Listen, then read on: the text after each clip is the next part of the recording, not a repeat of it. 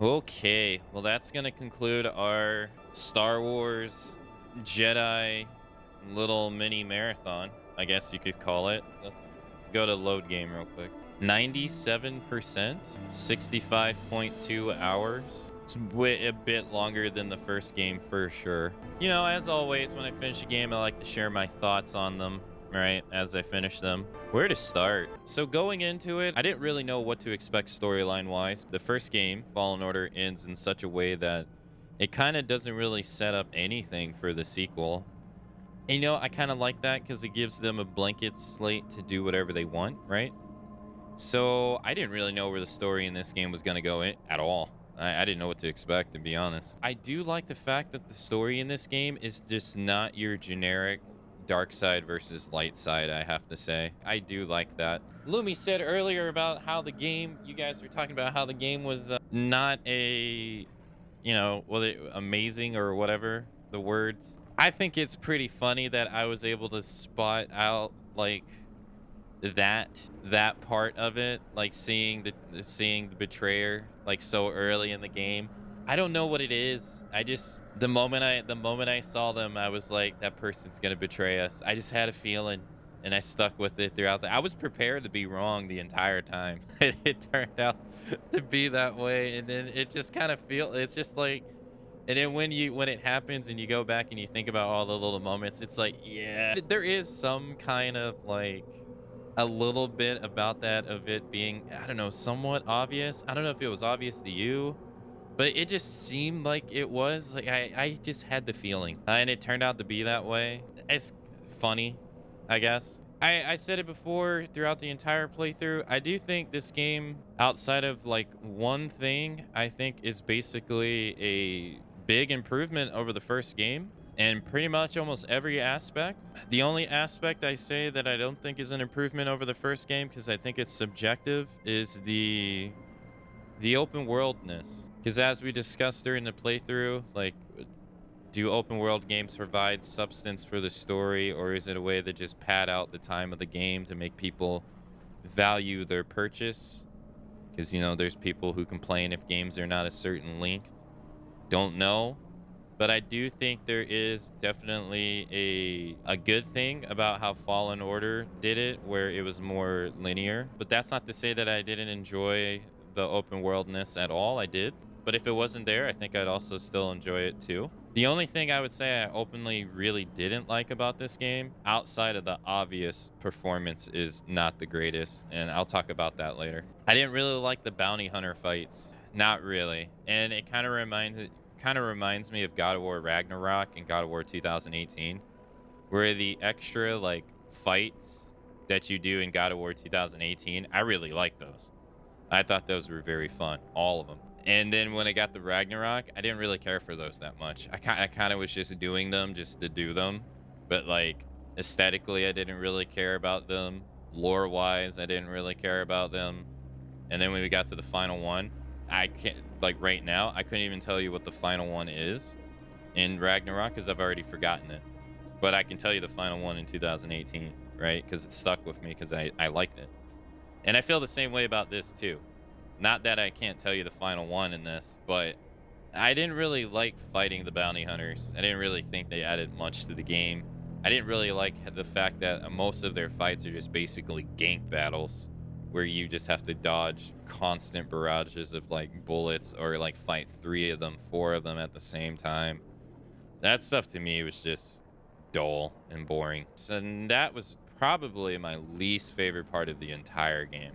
Other than that, I think they did everything else pretty well. It was pretty cool to have like a little hub with the cantina where everybody's like story, they have new things to say. I wish I would have been more consistent with that and talk to people more throughout the entirety of the game, rather than do a lot of it at the very end of the game.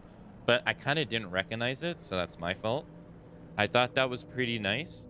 They improved the 3D map for the most part. It's still ass because it's a 3D map, but it's better than the first one. That's good.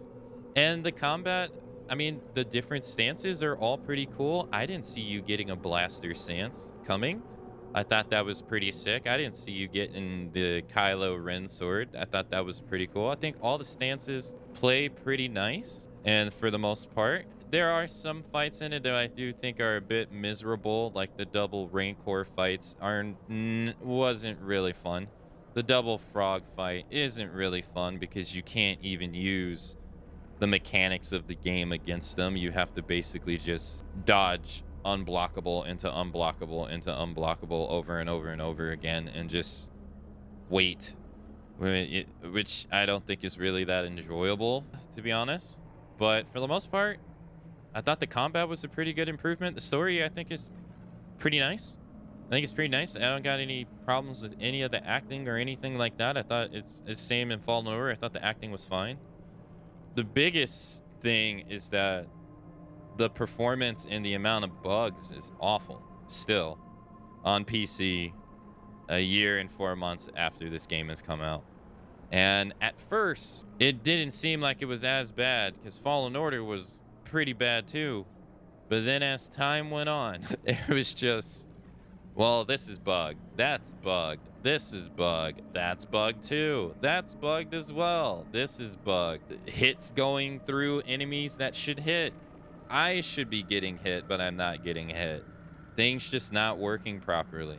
And it just kept happening over and over and over and over and over. And it's like, man, how is it this bad? Like, how? It's like Bethesda levels bad, which is pretty sad. It's also sad that the performance is also that bad too, and that they, despite all their updates, it's still pretty poor. Like it wasn't a stutter fest like I thought it was going to be, but there was like a lot of poor frame pacing, unfortunately. It's a shame. Like, it's a shame. It's a great Star Wars game that's just boggled down by poor performance and bugs. I want to hope that like the non-PC versions of this game are better. Like, I kind of hope they are, because they don't have to worry about multiple configurations and stuff. But it's really sad because these are probably some of the best Star Wars games that have come out in some time. And so for them to be bottled down by poor performance is, it sucks, right? Having had to come out after Battlefront, right? Which didn't leave the greatest taste in people's mouth. I enjoyed it. I thought it was pretty fun. I'm glad I finally played it. I don't think it was nearly as bad as I thought it was going to be.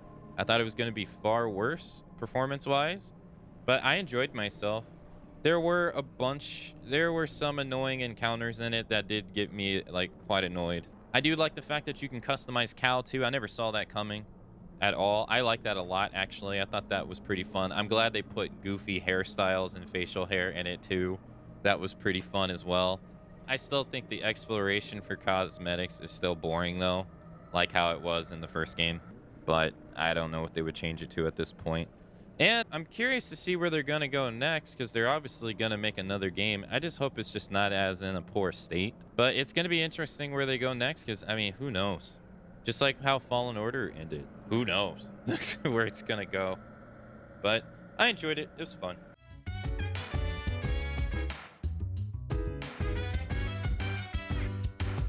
So dance while I put you in a trance.